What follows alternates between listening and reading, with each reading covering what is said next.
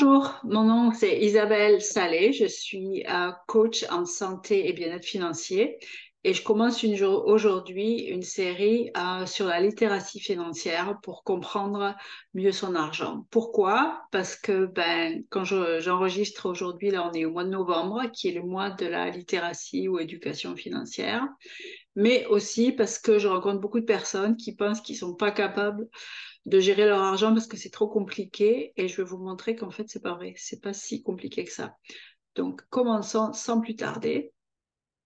Euh, alors la première chose euh, auquel il faut qu'on pense, c'est que quand on maîtrise son argent, c'est une force. Donc c'est pour ça que je vais vous donner des informations qui vont vous aider pour prendre des décisions éclairées en matière de finances personnelles. Alors, on va commencer par les 4 éléments pour mesurer son argent. Euh, donc, le premier, qui est un des 2 éléments pour prendre la photo de notre argent. En fait, un peu quand on décide de partir en voyage et qu'on utilise un GPS, au début, le GPS nous demande, mais vous partez d'où? Donc là, quand on prend la photo de notre argent, on regarde où est-ce qu'on en est financièrement.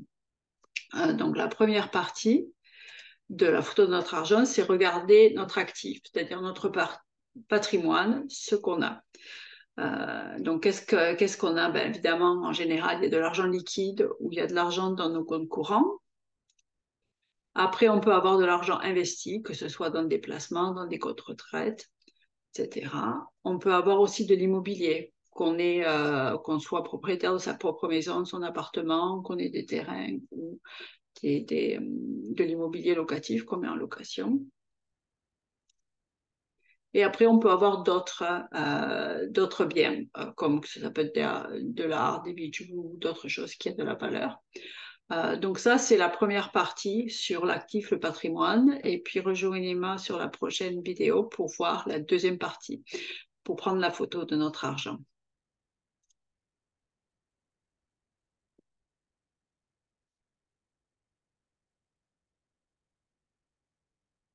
Au revoir.